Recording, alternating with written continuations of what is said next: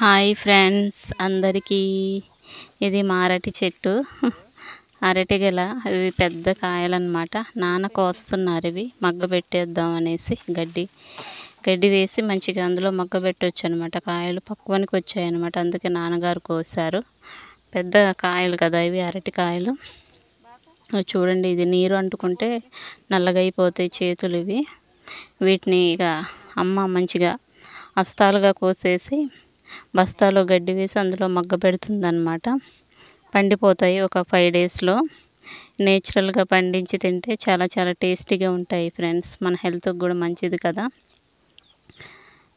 బయట కొని తెచ్చే అరటిపళ్ళు ఎలా ఉంటాయో తెలియదు అనమాట. ఇదిగో చూడండి, బస్తాలో ఇట్లా గడ్డి వేసి ఇందులో అరటిపళ్ళు వేసి మగ్గ పెడతారనమాట. మంచిగా మూట కట్టేస్తే పండిపోతాయి ఇవి. Thank you friends. నా వీడియో కనుక నచ్చినట్లయితే please like, share and subscribe my channel friends.